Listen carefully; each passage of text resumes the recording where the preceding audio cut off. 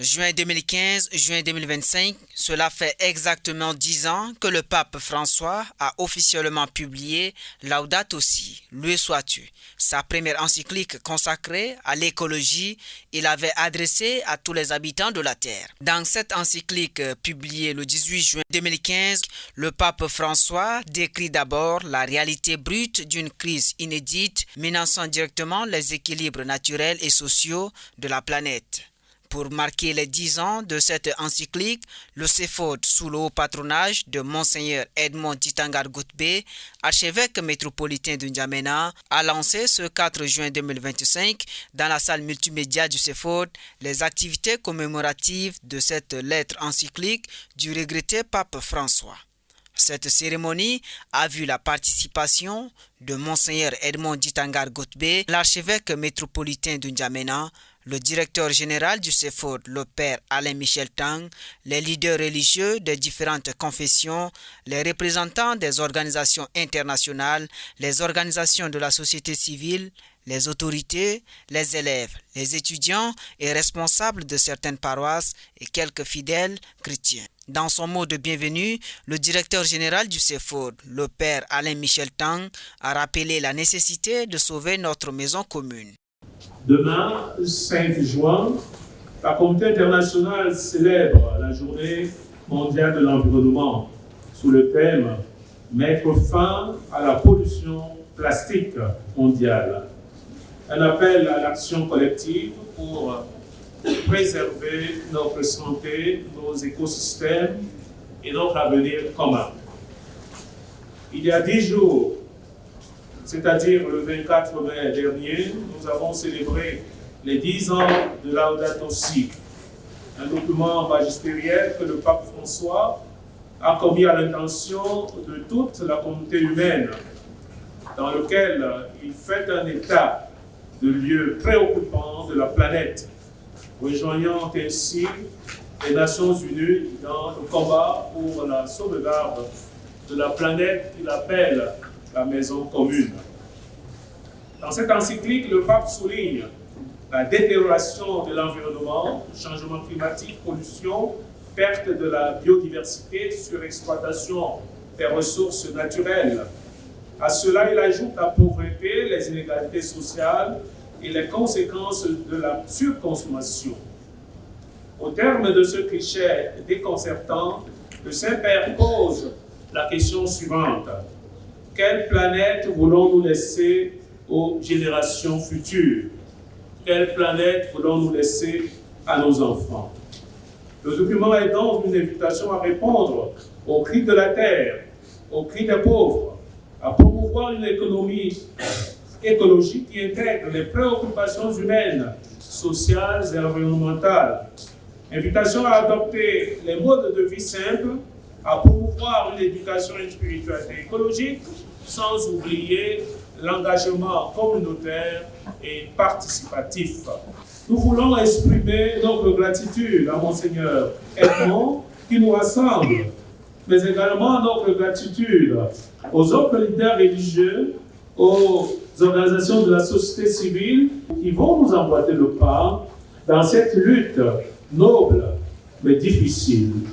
La projection d'un film, la prestation des élèves du lycée Sacré-Cœur, la prière faite par les différentes confessions présentes, des témoignages ont été les moments forts de la cérémonie. Un bijou dans un milieu qui avait été bien soigné, jusqu'au jour de l'inauguration. Maintenant, vous passez devant le stade de Mandjafa et vous trouvez que ce bijou est au milieu d'un dépotoir. Et il va rester comme ça, et je ne sais pas pour combien de temps. Ça m'a fait mal. Le matin, très tôt, je vais célébrer la messe à Kilwiki. Sur la route en Bruchland, j'ai rencontré 14 charrettes de bois, une après l'autre, et 10 les jours suivants. 24 charrettes de bois, alors qu'on dit qu'il ne faut plus couper le bois. Chaque charrette est responsable de la désertification qui avance.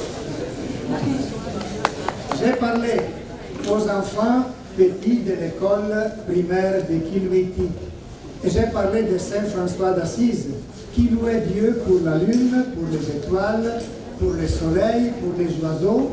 Et je leur ai demandé, est-ce que vous êtes réveillés le matin par qui? Ils m'ont répondu, qui par la maman, qui par le papa. Et je me suis rendu compte que personne parmi eux n'était réveillé par le chant des oiseaux. Parce que les oiseaux, il n'y en a pas. Parce qu'il n'y a pas d'arbre. Madame Koumaké Flore, une laïque qui milite également dans les associations des femmes. Je suis cadre au niveau du ministère de l'Environnement. Je remercie vraiment CEFOD pour nous faire vivre ces archives avec les événements malheureux qu'on peut dire par rapport aux inondations de l'année dernière. Ce qui m'a frappé ici, qui a retenu mon attention, tout au début, nous avons vu quelques sacs de charbon et également des arbres qui sont coupés. Et qui sont coupés pas dans les normes de l'art. Si vous avez vu également, c'est coupé d'une manière sauvage, si on peut le dire, c'est ainsi le terme qu'on emploie.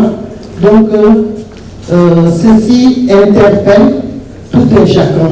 Dans son allocution de circonstance, l'archevêque métropolitain de N'Djamena, Monseigneur Edmond Djitangar Godbé, le parrain de cette célébration, a salué l'initiative prise par le CEFOD.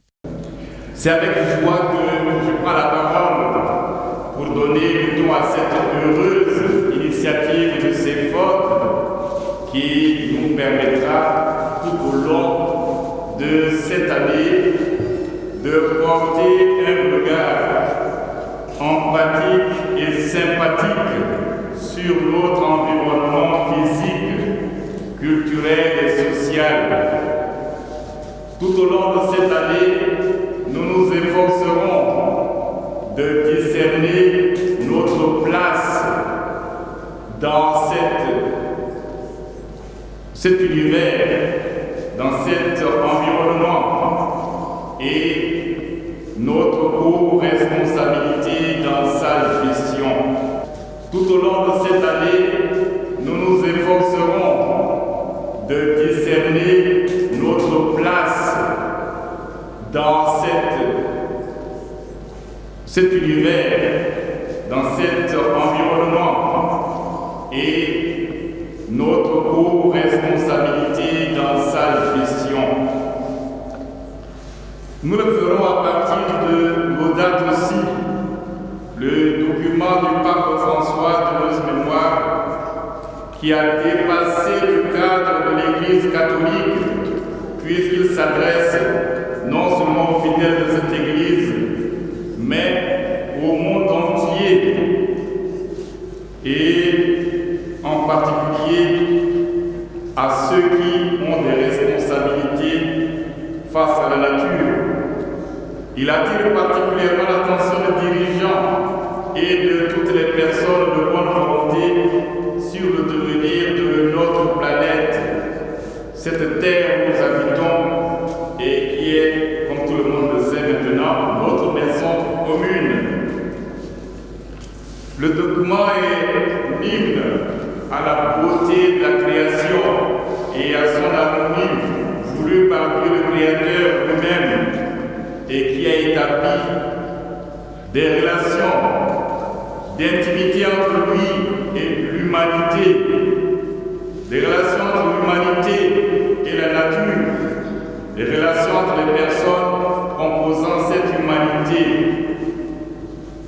Et Dieu a mis toute l'humanité devant ses responsabilités face au devenir de son environnement. Nous voulons, par cette année de jubilé de Laudato Si, revisiter ce document si important et nous l'approprier cherchant à mieux comprendre les enjeux dans notre contexte tchadien. Par des réflexions sur quelques thématiques, nous espérons aboutir à des actions concrètes à notre portée pour traduire en réalité ce que le document appelle l'écologie intégrale. Parmi les thématiques, j'en cite quelques-unes. Notre rapport à la terre. Comment traitons ou maltraitons la terre, l'environnement. Tout à l'heure, nous avons parlé de la gestion des déchets. La lutte contre le changement climatique et la désertification. Nous en avons tous des images sous les yeux. La conservation de la biodiversité au Tchad. Il y a des espèces d'herbes, d'animaux, qui sont en voie de disparition. Nous pensons aussi qu'une thématique importante serait l'éducation environnementale en milieu scolaire. Nous avons vu les élèves du Sacré-Cœur nous en donner la preuve que c'est possible et que ça peut se développer, se démultiplier dans les autres établissements. Le reboisement dans les espaces urbains. Dieu merci, il y a des plantes qui poussent vite et on en voit un peu partout dans certains quartiers de N'Djamena, mais on voudrait que chaque possession puisse avoir un arbre. La sauvegarde de la maison commune exige une mobilisation collective pour défendre les biens communs essentiels à la vie. C'est une écologie intégrale qui s'adresse à chacun, responsable politique ou dirigeant multinational, famille d'aujourd'hui et de demain ou petite communauté agricole, écologiste militant ou adepte d'une tradition spirituelle du monde. Elle nécessite une approche multidimensionnelle et intégrée.